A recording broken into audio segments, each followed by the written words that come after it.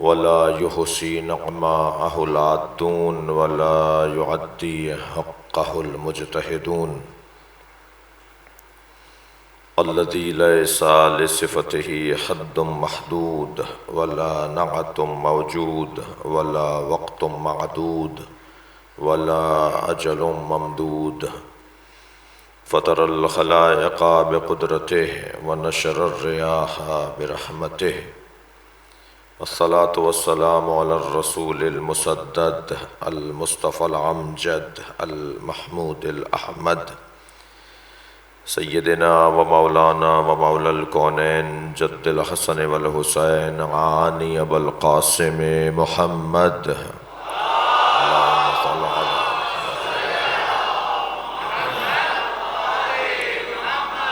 وآله الطيبين الطاهرين المعصومين الذين قال الله إنما يريد الله ليذهب عنكم الرجس أهل البيت ويطهركم تطهيرا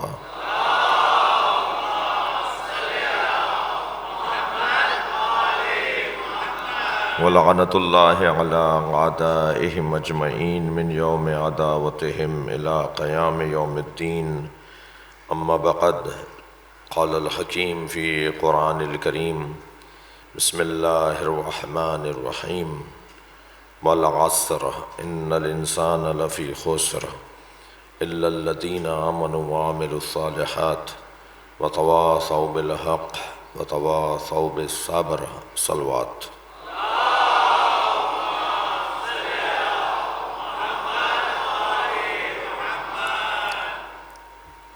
جناب کپتان صاحب اور آپ کے مرحومین کے مغفرت کے لیے بلند تر صلوات پڑھیں گے اللہم صل علی محمد وعلی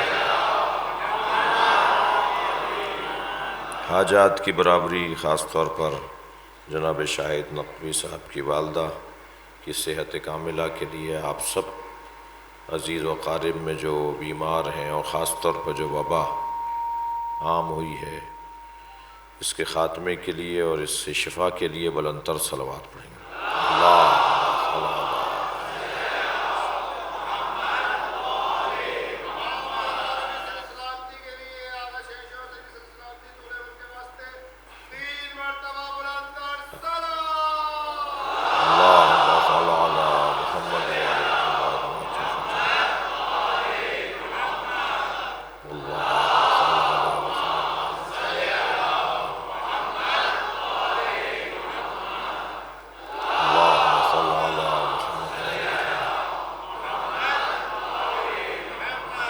سورہ مبارکہ والعصر قرآن مجید کا مختصر اور مکمل سورہ، پورے قرآن کا خلاصہ سورہ، پورے قرآن کا دیباچہ سورہ، پورے قرآن کا مقدمہ سورہ۔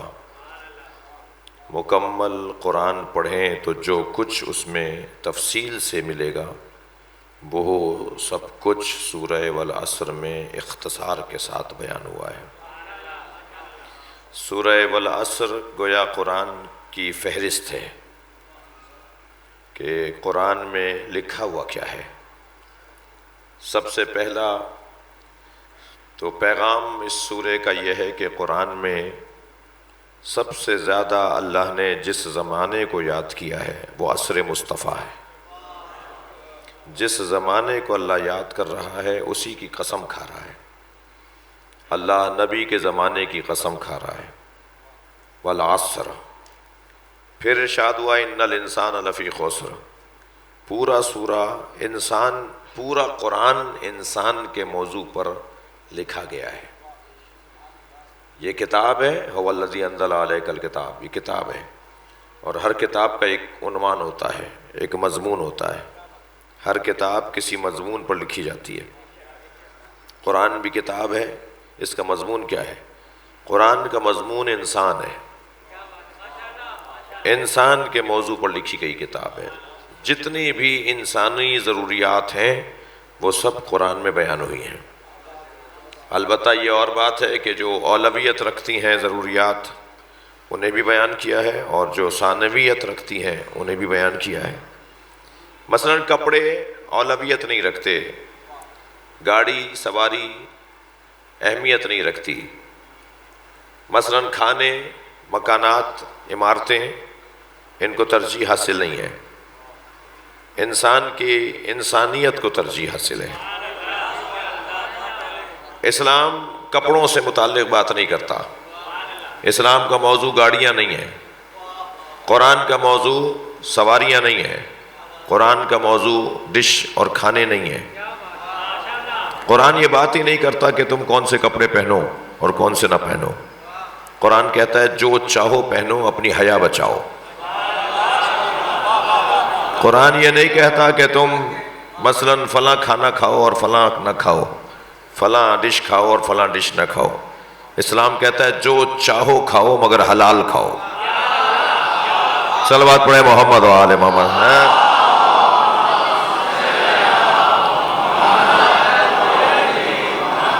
آپ وہیں صحیح ہیں، تھوڑا آگے آ جاتے تو ایک اچھا لگتا ہے کہ مولانا ہمارے علی رضا صاحب، مجھے تو علماء کا احترام کر کے عزت ملی ہے، آپ بھی احترام کریں گے تو آپ کو بھی عزت ملے گی۔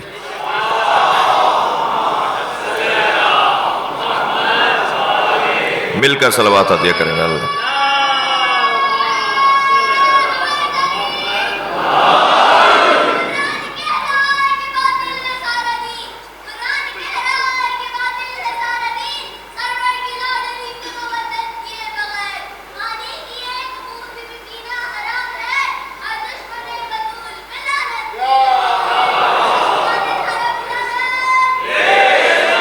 صلوات پڑھیں گے محمد و آل محمد، اللہم صلی علی محمد۔ اسلام کھانوں پر بات نہیں کرتا، چائنیز ڈشیں کھائیں، ہندوستانی کھانے کھائیں، افغانی کھانے کھائیں، ایرانی کھانے کھائیں، جو چاہیں کھائیں مگر حلال کھائیں۔ اسلام سواریوں پر بات نہیں کرتا کہ تم فلاں گاڑی میں بیٹھو گے تو تم مسلمان رہو گے اور فلاں گاڑی میں بیٹھو گے تو کافر ہو جاؤ گے۔ اسلام کا موضوع سواریاں نہیں ہے، بلکہ جو سواریاں قدرتی ہیں انہوں نے تو انسان کو عزت عطا کی ہے۔ جو یہ مصنوعی سواریاں ہیں یہ تو ذلیل کیے بغیر بیٹھنے بھی نہیں دیتی ہیں، جب تک یہ آپ کی گردن نہیں جھکواتی بیٹھنے نہیں دیتی ہیں۔ اور وہ قدرتی سواریوں کا حال دیکھیے، سینہ چوڑا کر کے بیٹھتے تھے گھوڑے پر۔ صلوات پڑھیں محمد و آل محمد۔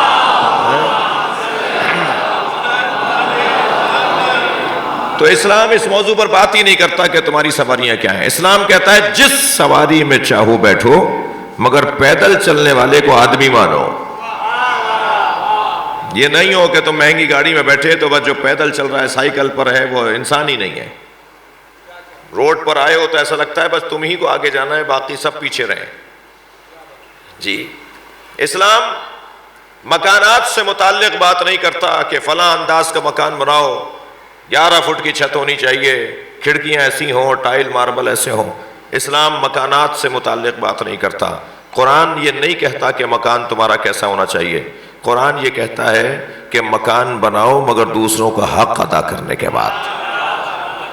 مولا علی فرماتے ہیں لمبے لمبے اونچے اونچے مکان اگر بنے ہوئے نظر آئیں اور اس معاشرے کے اندر لوگ پریشان حال بھی نظر آئیں تو مانو کسی کا مال کھا کر مکان بنایا ہے۔ صلوات پڑھیں محمد و آل محمد پر۔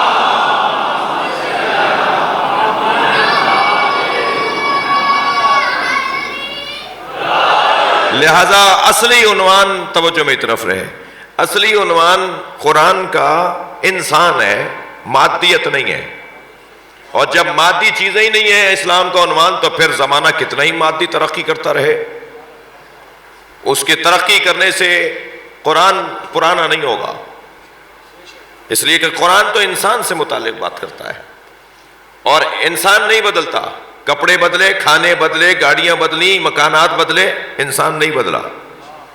جھونپڑی میں بھی کافر رہتا ہے اور بنگلے میں بھی مسلمان رہتا ہے، اور خبردار ان تمام چیزوں سے فرق نہیں پڑتا، انسان اصل عنوان ہے۔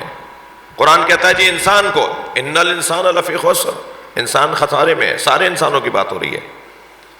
ان المسلمان یا ان المسلمین یہ نہیں کہہ رہا اللہ، جی یہ نہیں کہا جا رہا کہ مسلمان خسارے میں ہے۔ ان الکافرین یہ نہیں کہہ رہا اللہ، انسانوں کی بات ہو رہی ہے۔ اللہ نے قرآن انسانوں کے لیے نازل کیا ہے، ھدی للناس ہے، قرآن ھدی للناس ہے۔ اہل علم بیٹھے ہوئے ہیں، صاحبان دقت بیٹھے ہیں، قرآن ھدی للناس ہے۔ خانہ کعبہ وضع للناس ہے، ان اول بیت وضع للناس، پہلا گھر جو انسانوں کے لیے بنایا گیا ہے۔ قرآن ھدی للناس ہے، نبی انسانوں کے ہادی ہیں، علی انسانوں کے امام ہیں۔ لہذا حدیث قدسی میں اللہ اعلان کرے گا لو اجتمع الناس، یہ نہیں کہا جا رہا کہ سارے مسلمان اگر علی کی محبت پہ جمع ہو جاتے، کہا جا رہا ہے لو اجتمع الناس علی حب علی بن ابی طالب، اگر سارے لوگ علی کی محبت پہ جمع ہو جاتے تو اللہ کہہ رہا ہے لما خلقت النار، تو میں دوزخ ہی نہ بناتا۔ صلوات پڑھیں محمد و آل محمد۔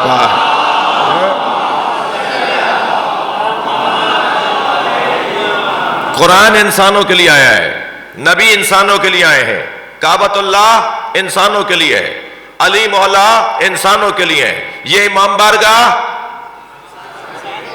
انسانوں کے لیے ہونا چاہیے۔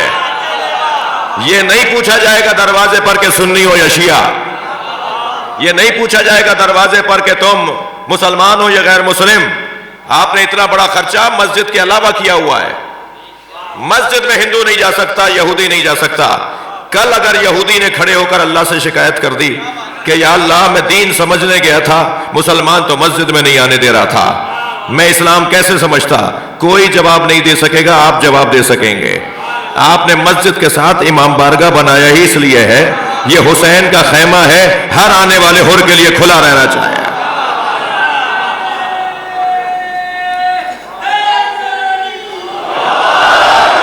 وسعت قلبی، سیاہ صدر، برداشت، تحمل مزاجی، انسانی اقدار کی پرورش، انسانی قدروں کی دیکھ بھال، عزیزان گرامی یہ ہے اصل فلسفہ کربلا والوں کا۔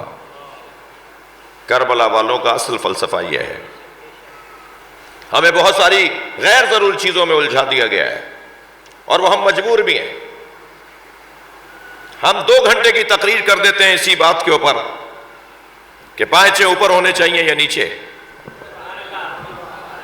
ہم 1 گھنٹے کا خطاب کر دیتے ہیں اس بات پر کہ انگشت شہادت سلام کرتے وقت اٹھانی چاہیے یا نہیں،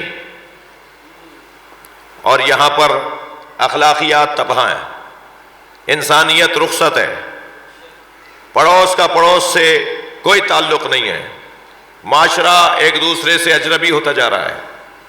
میرے چند بزرگ تشریف فرما ہے، ماضی کے اندر گاؤں کا بچہ بھی ہوتا تھا تو وہ اپنا بچہ ہوتا تھا۔ جی گاؤں کی بچی بھی بیاہ کر کسی گاؤں میں جاتی تھی تو کہتے تھے کہ یہ ہمارا گاؤں کا داماد ہے۔ گنی کے اندر رہنے والے بچے بھی بزرگ اپنے بچوں کی طرح سمجھتے تھے۔ آج تو بچے ابا کی سننے کے لیے تیار نہیں ہیں۔ اس میں جہاں مادیت کا زور زورا، تھوڑی سی کڑوی باتیں شروع ہو گئی ہیں، سن لیجئے گا، جہاں مادیت کے زور زورے نے ہمیں یہاں تک پہنچایا ہے، دوڑ لگا دی۔ جب مرمرے بٹتے تھے، بتاشے بٹتے تھے، ہمارے بزرگ فقیر نہیں تھے۔ جس دور میں آپ کو تھوڑی دیر کے لیے پلٹانا چاہ رہا ہوں، ہمارے بزرگ فقیر نہیں تھے جو بتاشے بانٹتے تھے، جو مرمرے بانٹتے تھے، جو نختیاں بانٹتے تھے، مونگ پھلیاں بانٹتے تھے، وہ فقیر نہیں تھے، وہ اس زمانے کے حساب سے پیسے والے تھے۔ لیکن جب سے عبادات میں پیسے کا دخل شروع ہوا، جی میرا قبیلہ بھی اس سے محفوظ نہیں ہے، جب سے عبادات میں، یہ عبادت ہے نا، اس وقت آپ کیا کر رہے ہیں، یہ عبادت ہے۔ ذکر علی کیا ہے؟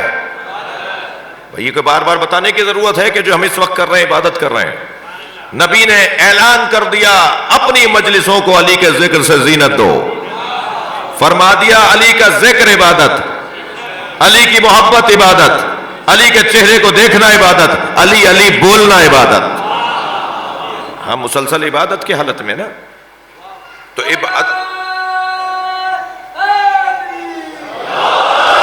عبادات میں اللہم صلی علی محمد وآل محمد، جب سے پیسے کا مقابلہ شروع ہوا نا، روحانیت ختم ہونا شروع ہو گئی۔ ایک علم کو دیکھ کر مراد پوری ہو جاتی تھی، اب 10 علم بھی آ جائیں تو سیلفیوں میں لگے ہوئے ہوتے ہیں۔ مجھے معاف کیجیے گا تھوڑی دیر کے لیے جی، یعنی وہاں کھڑے ہو کر باقاعدہ سیلفی بنانی جا رہی ہوتی ہے۔ تمہاری توجہ علم پہ ہے ہی نہیں، تمہاری توجہ تو اپنی ذات پہ ہے۔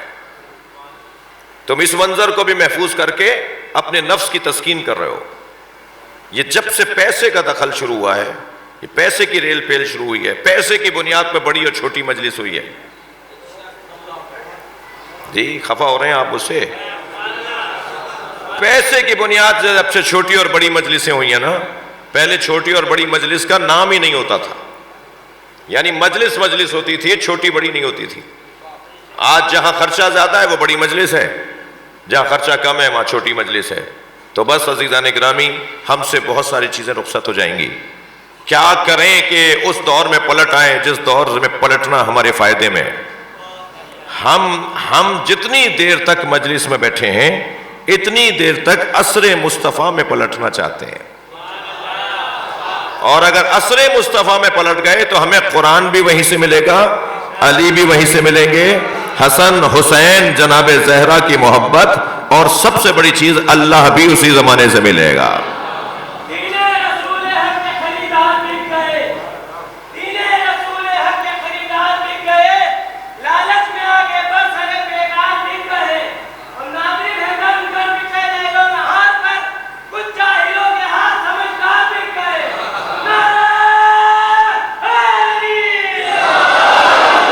اس سے بہتر صلوات ہدیہ کریں جو بھی پڑھی تھی۔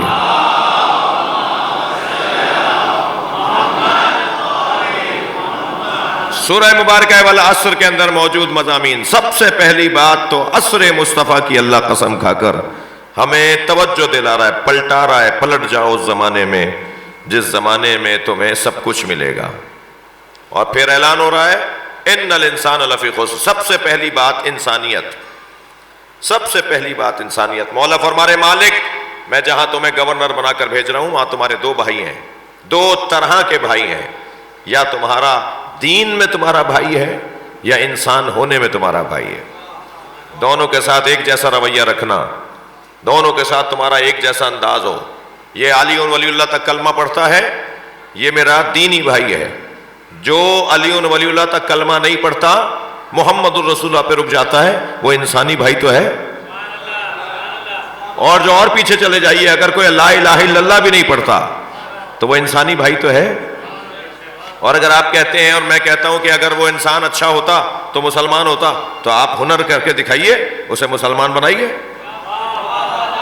یہ کون سا کام ہے کہ صاحب میں کچھ کروں گا بھی نہیں اور سب ٹھیک بھی ہو جائے، میں کوئی محنت بھی نہیں کروں گا، کسی کے پاس جاؤں گا بھی نہیں، کسی سے ملوں گا بھی نہیں، اور سب ٹھیک بھی ہو جائے؟ یہ تو ممکن ہی نہیں ہے۔ لہٰذا میں ان بچوں اور جوانوں سے گزارش کروں گا کہ جب آپ اپنے علاقے کے اندر ایک جگہ سے دوسری جگہ جا رہے ہوں اور کوئی سنی عالم دین آپ کو آتا نظر آئے، بڑھ کر اسے سلام کرو، اور سلام کرنے کے فوراً بات کہو میں شیعہ ہوں، میں شیعہ ہوں، میرے مدرسے سے، میرے امام بارگاہ سے مجھے پیغام یہ دیا گیا ہے کہ تمہیں ایک دوسرے کا احترام کرنا ہے۔ صلوات پڑھیں محمد و آل محمد پر۔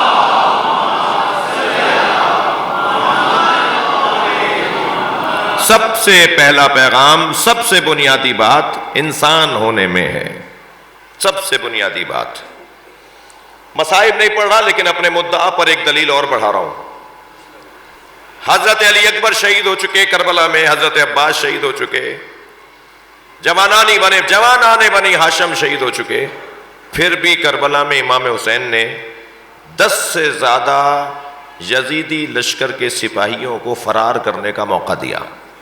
تلوار گردن تک آ گئی تھی مولا کی، ایک جنبش پر، ایک معمولی سی مولا کی ارادے کے اوپر وہ گردن اتر جاتی، گردن تک تلوار لا کر امام نے چھوڑ دی، اسے جانے دیا۔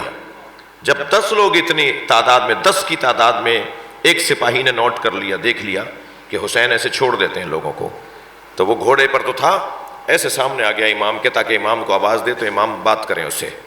تو دور سے آواز دے کر کہتا ہے حسین میں دیکھ رہا ہوں کہ آپ لوگوں کو مارتے چھوڑ دیتے ہیں، انہیں جانے کا موقع دیتے ہیں۔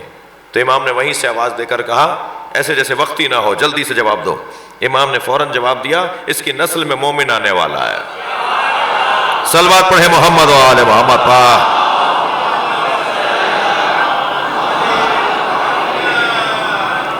تو مجھے کسی سے پیار کرنا ہے کہ کیا معلوم اس کی نسل ٹھیک ہو جائے,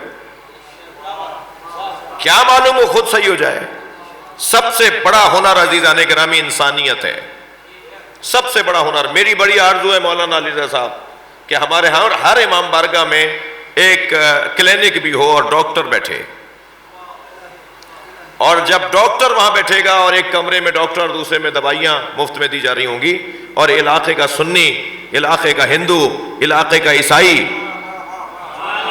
وہ کہے گا کہ میں علاج کروانے امام بارگاہ جا رہا ہوں. صلوات پڑھے ذرا محمد و آل محمد پاک.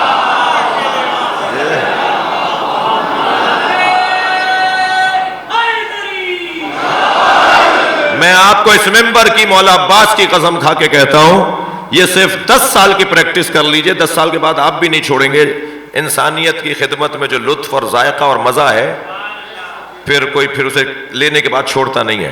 لیکن اگر 10 سال کے بجٹ میں بھی رکھ لیں آپ کے جی 10 سال تک ہمارا امام بارگاہ یہ کرے گا, تو میں مولا عباس کی قسم کھا کے کہتا ہوں کہ اس علاقے میں جو عباس مولا کی خوشبو پھیلے گی, جو اہل بیت کے پیغام کی خوشبو پھیلے گی, اس کا ذائقہ, لطف اور مزہ ہی کچھ اور ہے. تبلیغ اس سے ایک ایسا انداز ہے کہ جس کو نتیجہ جب لیں گے جب ہم یہ کر کے دکھائیں گے.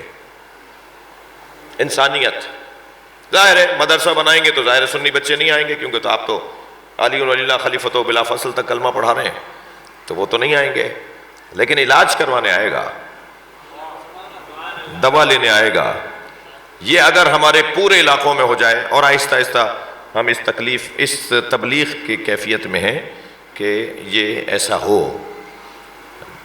تعریف نہیں کر رہا, ابھی باب العلم میں ویکسینیشن کا جو عمل رہا, اگرچہ اس میں کمی کوتاہیاں بھی رہیں, مگر بڑا حسین منظر تھا جب لوگ وہاں ویکسین کروانے آ رہے تھے. ڈاکٹر بیٹھا ہوا ہے, ویکسینیشن ہو رہی ہے. یہ اور جگہوں پر بھی ہوا ہے. اللہ آپ سب کو محفوظ رکھے.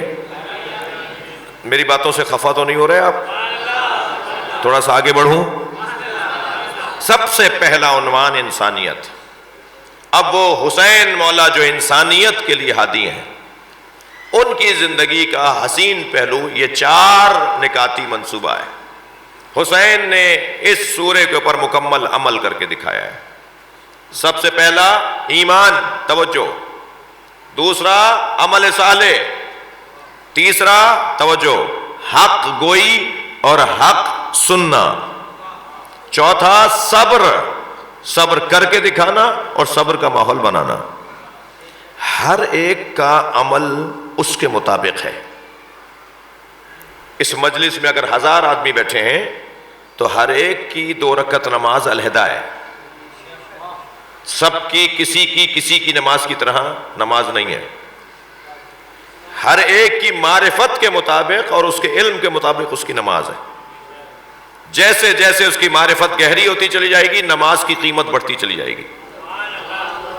ایسے ہی ہر ایک کا روزہ ایک جیسا نہیں ہے. بھائی 2 رکعت نماز فجر کی آپ بھی پڑھتے ہیں, اور اللہ کا ولی بھی پڑھتا ہے, اور ولیوں کا ولی بھی پڑھتا ہے, تو کیا سب کی 2 رکعت ایک جیسی ہیں؟ سب کے روزے ایک جیسے نہیں ہیں, سب کا حج ایک جیسا نہیں ہے. لہذا حدیث کہتی ہے المومن خیر من عملہ, مومن اپنے عمل سے افضل ہے. یعنی آپ کی 2 رکعت نماز میری 2 رکعت نماز سے آپ اپنی 2 رکعت نماز سے افضل ہیں, میں اپنی 2 رکعت نماز سے افضل ہوں. دقت چاہوں گا, آپ اپنے روزے سے آپ افضل ہیں, اس لیے کہ آپ کے مطابق روزہ ہے. آپ اپنی نماز سے افضل ہیں کیونکہ آپ کے مطابق آپ کی 2 رکعت نماز ہے. ہر ایک کی نماز علیحدہ ہے, ہر ایک کا روزہ علیحدہ ہے, ہر ایک کی مجلس علیحدہ ہے. ہم بیٹھتے جماعت میں ہیں مگر فائلیں سب کی علیحدہ ہیں, حساب سب کا علیحدہ ہو رہا ہے. ہر شخص کی نماز اس سے افضل نہیں ہے, وہ اس نماز سے افضل ہے. پھر جملہ میں تکرار کر رہا ہوں اپنے ایک نقطے کو واضح کرنے کے لیے. الاعمال بالنیات, اس کا کیا مطلب ہے؟ اس کا مطلب یہ ہے کہ انسان کی جو نیت ہے, المومن خیر من عملہ، ہر شخص کی 2 رکعت نماز سے افضل وہ شخص ہے. تو کسی میں جرت ہے کہ کہے کہ حسین کی نماز اور ہماری نماز برابر ہے؟ جب امام حسین کی اور ہماری نماز برابر نہیں ہے تو نماز اور عزاداری کا مقایسہ کیا ہے؟ صلوات پڑھے ذرا محمد و آل محمد.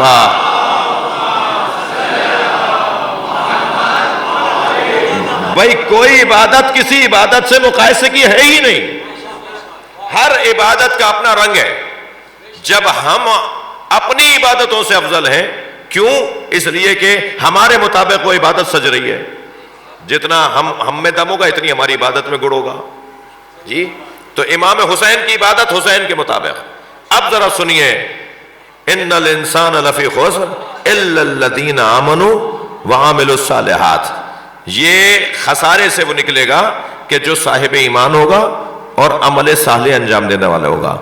میرا عمل صالح یہ ہے، تھکیں گے نہیں میری باتوں سے، میرا عمل صالح یہ ہے کہ میں گلی میں پڑے ہوئے پتھر کو ہٹا دوں کہ گزرنے والی سائیکل گر نہ جائے، گزرنے والی موٹر سائیکل اس سے لگ کر گر نہ جائے، سواریوں کو تکلیف نہ ہو، لوگوں کو کوئی ٹھوکر نہ لگ جائے، جھاڑیاں ہٹا دوں، رستے کے پتھر ہٹا دوں.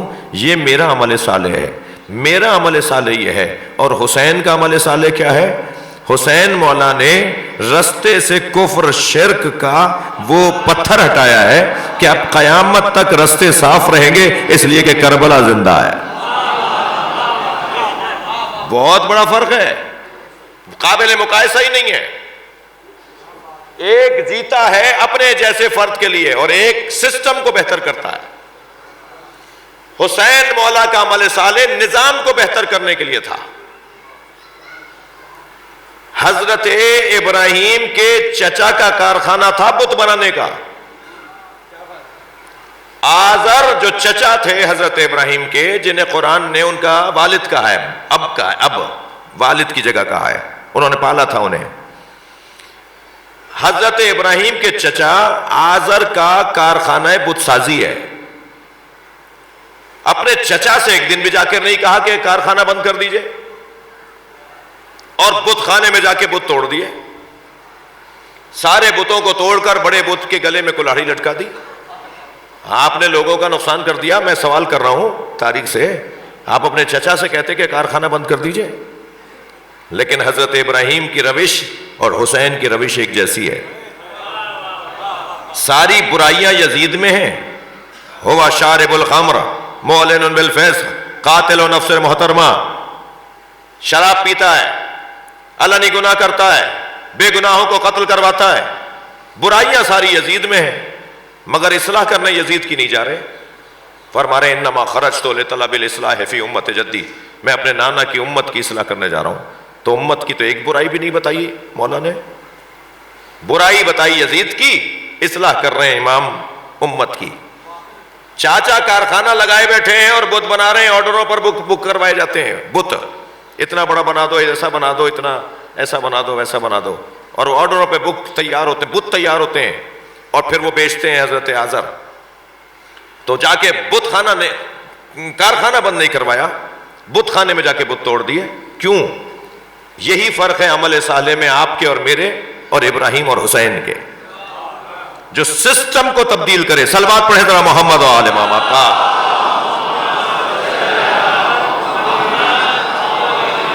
جو نظام کو تبدیل کرے وہ عمل صالح کون سے عمل صالح کے ساتھ